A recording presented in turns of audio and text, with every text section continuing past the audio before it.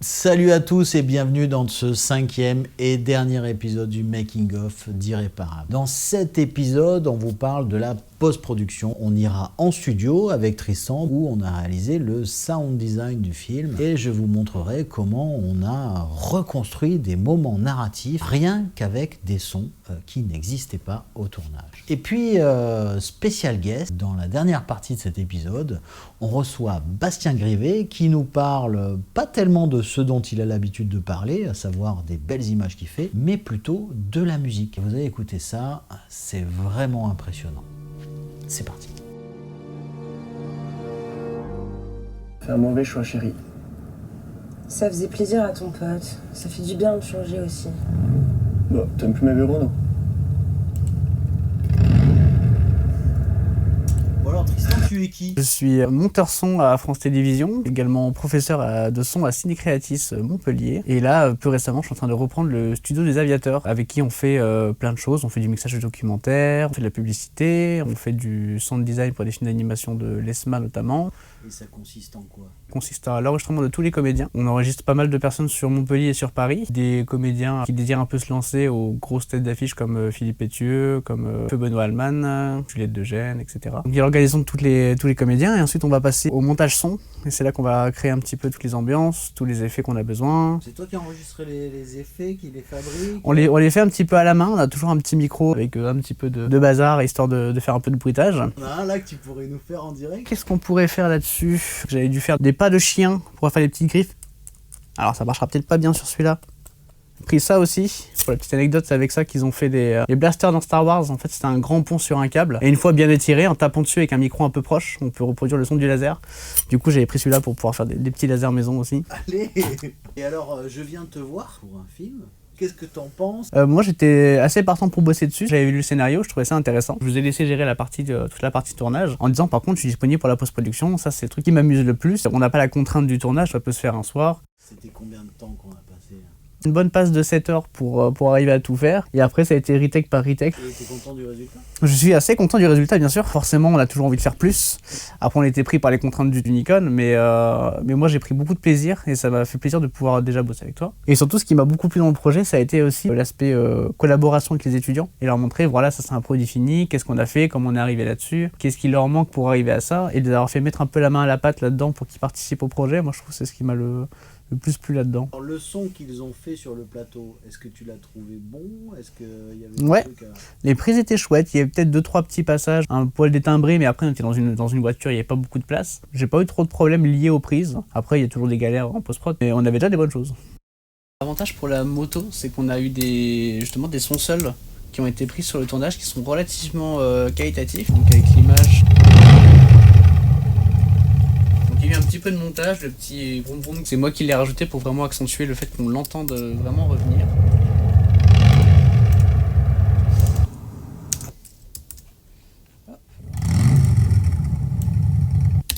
Moi j'aime bien travailler sans la musique dans un premier temps parce que je trouve qu'un montage son il marche mieux quand il n'y a pas la musique, parce que si on part du principe que la musique va tout faire, c'est qu'on mise beaucoup sur le cache-misère et la scène elle doit se comprendre quand même déjà en elle-même. On s'est aussi un petit peu amusé sur la partie magique, on va dire, du film, avec petits échos à l'envers. Vous expliquez un peu tout ce qui touche là, de son? Alors sur ce son-là, on va avoir des petits murmures qui sont juste noyés un petit peu dans une petite réverb en plus par-dessus. Et moi, ce que j'ai fait surtout, c'est... Donc en gros, j'ai fait passer ce son, hop, inversé, balancé dans une réverb. On se retrouve avec tout le son à l'envers. Et si on le remet à l'endroit...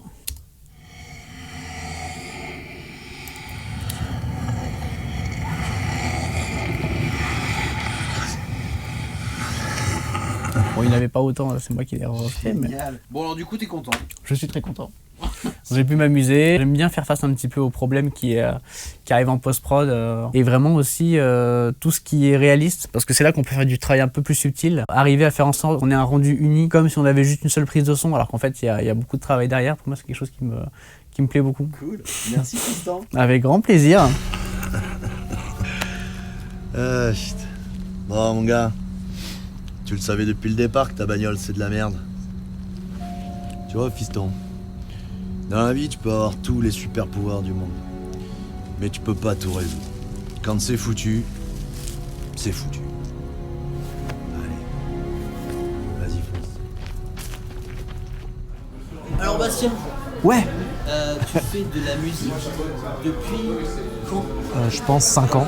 Parce que j'ai grandi dans une famille de musiciens en fait, entre papa artiste, maman musicienne et famille musicienne. J'ai grandi vraiment dans les deux bains.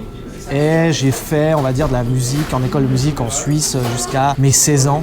Pour moi, la musique, c'est vraiment ma safe space, quelque chose où je vais pouvoir, tout ce que je ne peux pas exprimer par l'image. Je vais pouvoir créer une timeline sur laquelle il y a des émotions que je vais pouvoir dérouler dans le temps.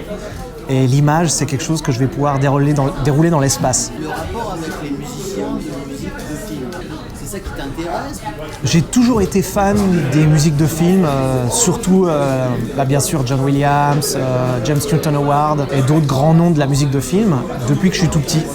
Et en fait, au moment où j'ai commencé dans mon école de musique, par exemple, à jouer des thèmes très connus de cinéma, j'essayais de m'arranger de récupérer les partitions du conducteur. Donc, c'est-à-dire que là où il y a tout l'orchestre qui est noté sur la page en papier, c'est un peu comme voir le making-of d'un film, en fait, quand on voit ces grandes partitions où il y a tous les instruments, qu'est-ce qui joue, à quel moment. Et peu à peu, j'ai commencé à m'entraîner à essayer de faire moi-même des musiques que j'adorais.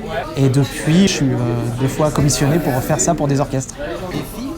Pour des films, ouais. J'ai travaillé en 2011 avec un studio qui s'appelle Maneki Lab parce qu'on faisait toutes les musiques des pubs et des films d'animation commerciaux pour Louis Vuitton. J'ai travaillé aussi sur des courts-métrages dans les écoles, comme l'ESMA d'ailleurs. Et après, bien sûr, gros coup de cœur au moment où j'ai fait mon propre court-métrage. Et là, j'ai pu vraiment exprimer toutes mes folies orchestrales pour mon film, quoi. A posteriori, tu arrives, tu débarques, qu'est-ce que tu dis? Étant habitué pour ma part à des tournages beaucoup plus bout de scotch et carton, là c'était extraordinaire de voir comment s'organisait toute une équipe, alors de jeunes en plus dans une école qui apprennent le métier, autour d'un scénario que toi tu as écrit et sur un format aussi court en fait. C'était vraiment une machine de guerre immense pour finalement 3 minutes de film. C'est vrai que quand je t'ai vu faire ça, je me suis dit il y a une telle puissance de frappe visuelle, autant qu'il y ait une musique qui derrière envoie quelque chose qui colle bien en fait, tu vois.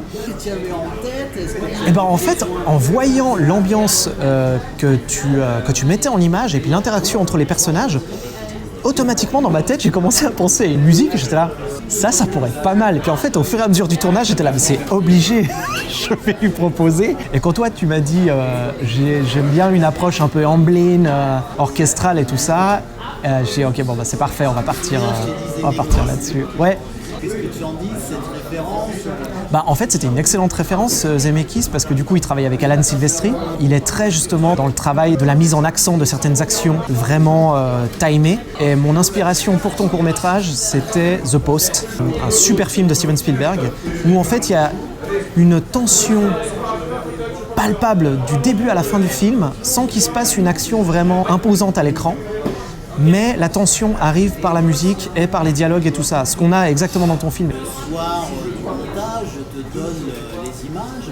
Comment ça se passe? Est-ce que tu es dans une tension, Ouais, Qu'est-ce qui se passe? je récupère les images le soir, je me mets dans le lit avec mon ordinateur et je commence à composer. Donc ouais, j'ai composé la musique de ton film dans mon plumard. Ça, c'est une certitude. Dans un premier jet, peut-être en 1h30, 2 heures, j'avais déjà au moins la première base de trame de ce que je voulais en termes de couleurs et de là où j'allais mettre l'action musicale sur l'action de ton film. Le lendemain, frais, j'ai quasiment tout jeté à la poubelle, bien sûr, mais au moins j'avais déjà ce qu'il fallait en termes de draft pour après recorriger, venir apporter quelques petites finesses. Ça se passe souvent comme ça, je fais un premier jet, je le jette à la poubelle et après on repart de manière plus raisonnable et ça, avec un peu de chance, ça marche quoi. Donc voilà. En tout cas, tu as apprécié, donc du coup, ça a marché, je suis content. Adoré, ça pique le film. Trop bien. C'est ce qui manque un peu, un peu de lien. C'est l'âme derrière l'image, c'est vraiment le liant de tout ça. La musique, pour moi, c'est tout ce qu'on est censé ressentir. Le héros, là, Ouais. rentre dans le moteur, sur Ouais. le climax. Ouais, il y a ce côté un peu magique, ce côté un petit peu justement mystique et magique. Je voulais pas tomber trop non plus dans le comique en mettant quelque chose de beaucoup trop fou, mais quand même mettre en phase ce côté, on fait appel aux forces de la nature pour essayer de démarrer ce moteur. Ça tombe à l'eau, bien sûr. Ça aussi, orchestralement, c'est mis en place, mais du coup, le fait d'essayer de retenir le côté pastiche, le côté caricature de la chose, ça aussi, en musique, c'est très amusant à faire. C'était une bonne occasion de voir jusqu'où on pouvait mettre le curseur comique. C'est toute une affaire de dosage. Les gens rient un peu, ils sourient. Oui, bien sûr. Il y a cette espèce d'accolade là. Ouais. Et la musique réveille un peu ce moment. C'est vrai. Ben, les cordes viennent à ce moment-là redescendre le mystère avec justement quelque chose qui vient sur le « on va conclure, mec, désolé, ça repartira pas ».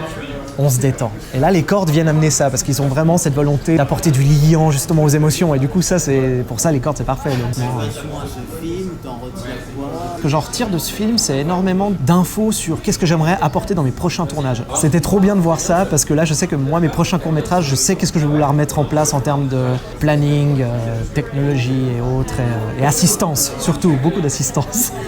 C'était parfait. Voilà. Avec plaisir, mon Xavier. Vraiment.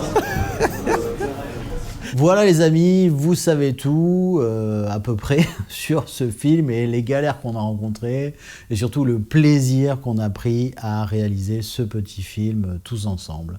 Une équipe de 30 personnes, moi je suis rentré chez moi, j'étais sur un nuage. C'était incroyable cette journée qu'on a passée, beaucoup d'investissement, de fatigue pour réaliser ce film et un grand plaisir de vous le proposer. J'espère que vous l'apprécierez beaucoup, j'espère que vous avez bien aimé aussi ces 5 petits épisodes de Making of. Et puis si ça vous a plu, n'hésitez pas à vous abonner et à me mettre en commentaire si vous avez envie de plus de vidéos. Et probablement que j'en ferai d'autres. En tout cas, en attendant, je vous souhaite une belle journée et à bientôt. Alors ? C'est irréparable.